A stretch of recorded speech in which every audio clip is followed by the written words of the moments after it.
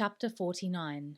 When daylight came, they dragged the monster's dead body back to Nimatsu's castle, hitched behind a pair of horses borrowed from the Hisanu village.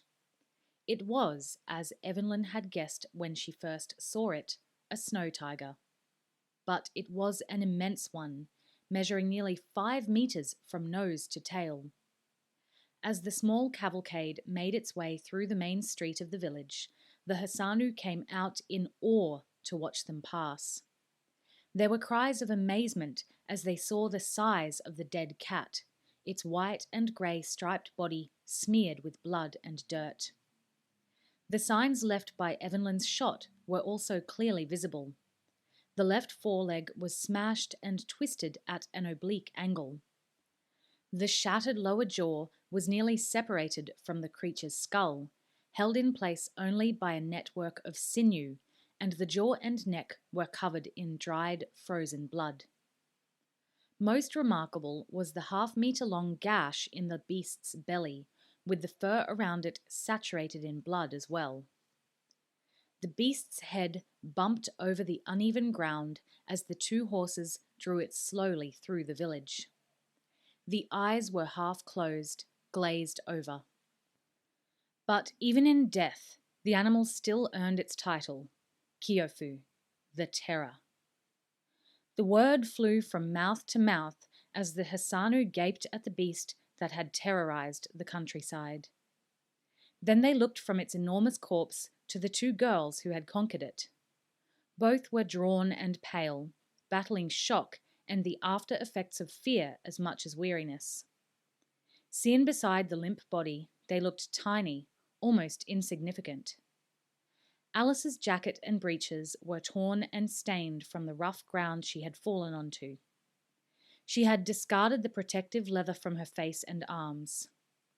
The shield was slung over the left-hand horse's yoke, and daylight revealed the extent of the battering it had taken from the Kyofu's claws and teeth. The top edge was splintered and split, and there were massive gouges in the curved wood that formed the major part of the shield. The iron reinforcing strips showed bright scars where the creature's massive claws had scored deep into the metal. As the 2 slender figures, dwarfed by the Kyofu and by the massively built Hisanu people themselves, progressed down the main street of the village, the villagers began to bow, the bending bodies and lowered heads moving in succession, resembling wheat yielding before a sudden breeze that sweeps across a field. "Should we wave or something?" Evelyn said out of the corner of her mouth. Trained as she was in protocol, this was a situation that her tutors had never envisaged. "You can. I'm too tired," Alice responded. She looked up to the end of the central street of the village, which ran uphill towards the castle. The tall figure of Lord Nimatsu stood waiting for them. As they came closer, he stooped into the lowest possible bow before them. Alice and Evelyn exchanged a glance, then made vague hand gestures and stiff little bobs of the head in response.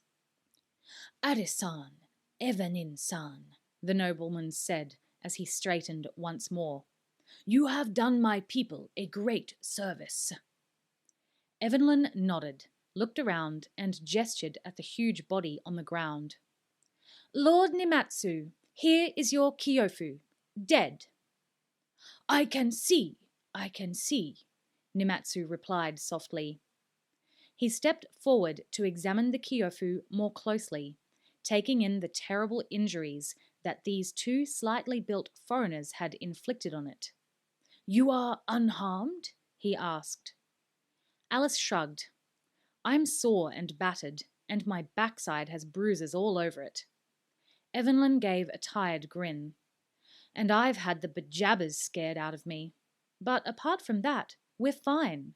You should see the other fellow." She paused, then added in mock surprise, "Oh, you can."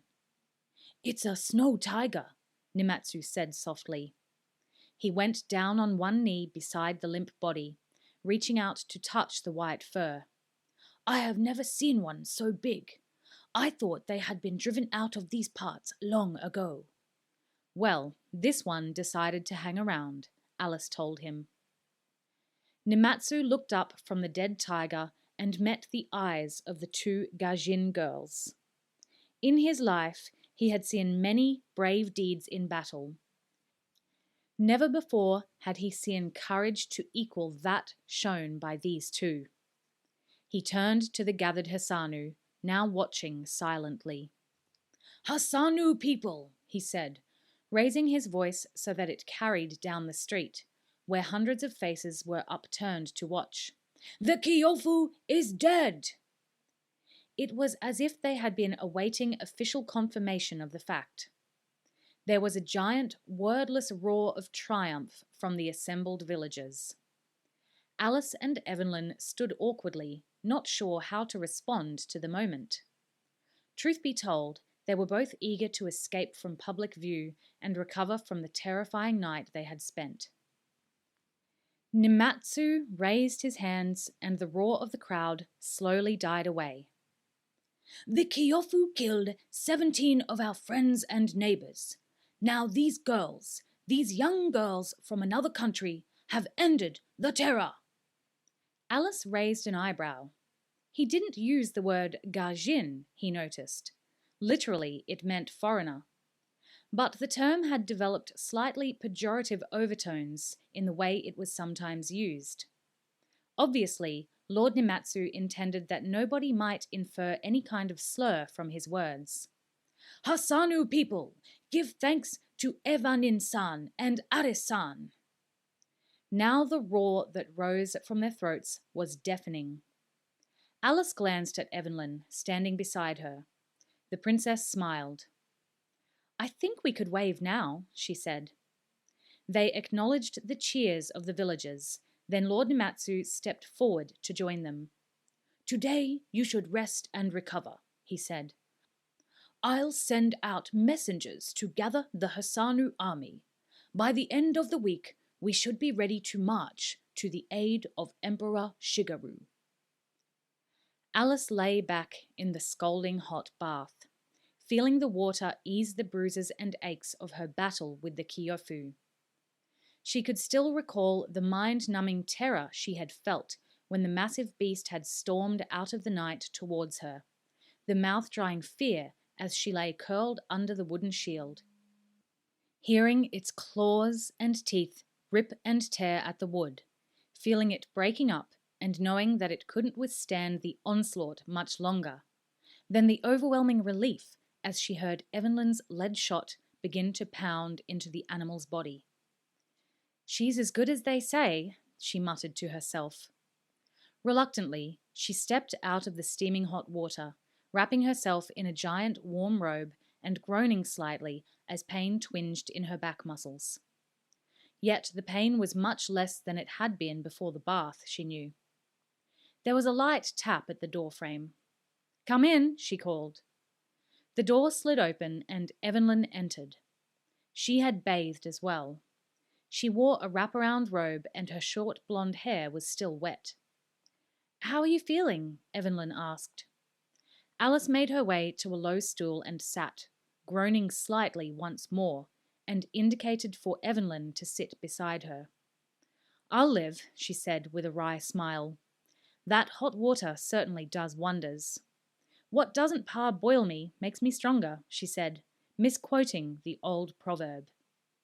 The smile faded, and she regarded Evelyn for a few seconds. "It occurs to me," she said, "that in all that terror and excitement and cheering, I never said thank you." "Thank me?" said Evelyn, her tone incredulous. "I have never witnessed anything to match what you did last night. That was the most courageous act I have ever seen. Where on earth did you get the idea?"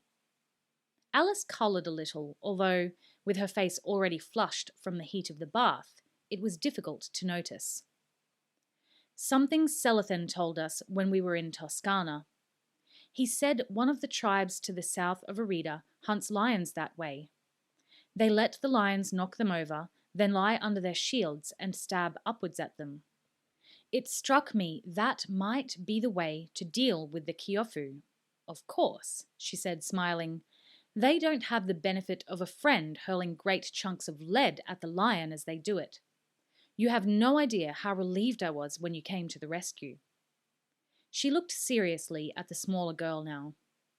Everyone had made a great fuss about Alice's willingness to act as bait in the forest. Only Alice realized that when Evelyn had come to her aid, she had done so without any protection at all. If her slingshots hadn't been as accurate as they were, she would have been left facing an enraged beast at close quarters, without shield, armor, or defensive weapon of any kind. If Alice had risked her life to defeat the Kyofu, Evelyn had done no less. She wondered if the princess realized that, and she felt a deep regard for the other girl. Not just for her skill with the sling, but for her readiness to put herself in danger to save a companion. If only, Alice resolutely pushed the unworthy thought aside.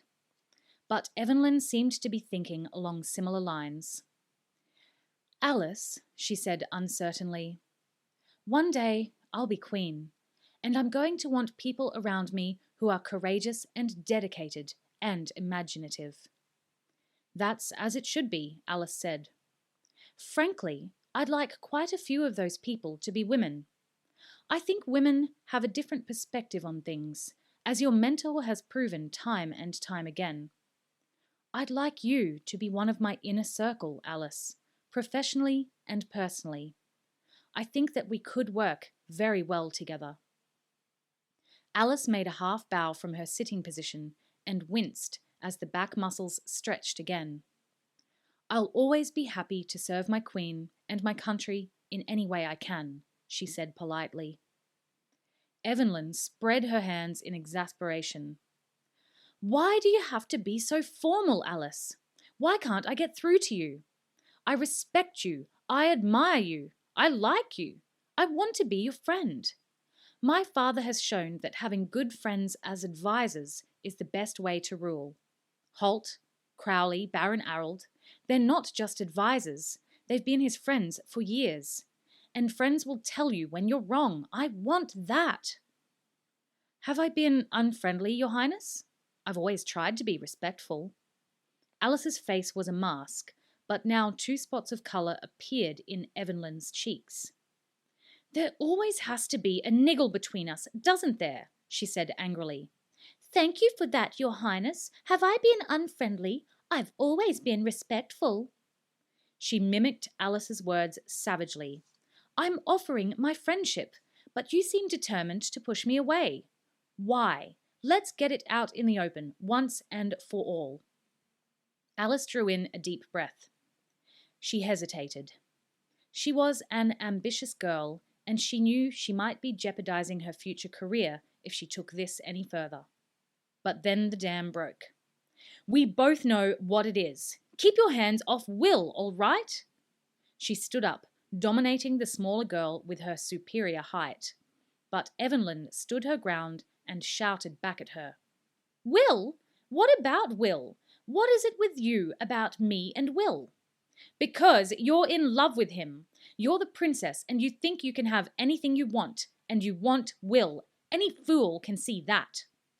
"Then I'm afraid you're the fool, Alice Mainwaring, because I am not in love with Will. I am in love with Horace." Evelyn had lowered her voice, but her words carried no less weight for the sudden drop in volume. "Of course you are. Don't deny it. You—" Alice suddenly realized what the princess had said and floundered to a stop. "You're what?" she said. "I mean, I know Horace is in love with you, but you—" "I am in love with him, deeply in love with him, and only him. Why do you think I came halfway round the world to help him? Because he's a good dance partner? Oh, I love Will, Alice, but I'm not in love with him. We went through so much together, and he was a wonderful friend and protector for me. Look, years ago, when we came back from Scandia, I thought I was in love with Will. I'll admit I made a play for him then, but he refused me, and he was right. We're friends, good friends. Surely you can deal with that." Alice hesitated. She still wasn't certain. She wasn't sure that she trusted Evelyn's motives. "I'm not," she began, but Evelyn erupted in anger once more. "Oh, for God's sakes, girl, tell me, how do you feel about Horace?" "Horace?" Alice said in surprise. "Well, we grew up together. I love him, of course. He's like a big brother." "Exactly! Now, has that ever seemed to bother me? Or have I coped with it?" Alice couldn't help a wry smile. "Well, when we found him, you nearly broke my arm getting him away from me," she said, and Evelyn rolled her eyes to heaven. "But no, I suppose it hasn't bothered you. There's no reason why it should. There's nothing like that between Horace and me, as I say." "Ah!"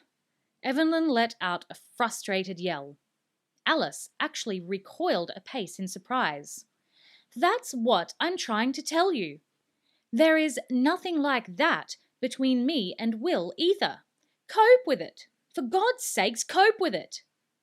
More than a little taken aback, Alice studied the determined stance of the small figure before her. Alice was an honest person, and she was forced to admit that Evelyn had an excellent point. Alice had spent the past few months, and some considerable time before that, acting suspiciously towards her, distrusting her and jealously resenting any time she spent with Will. Yet she realized that Evelyn, if she chose to, could feel exactly the same way about her relationship with Horace.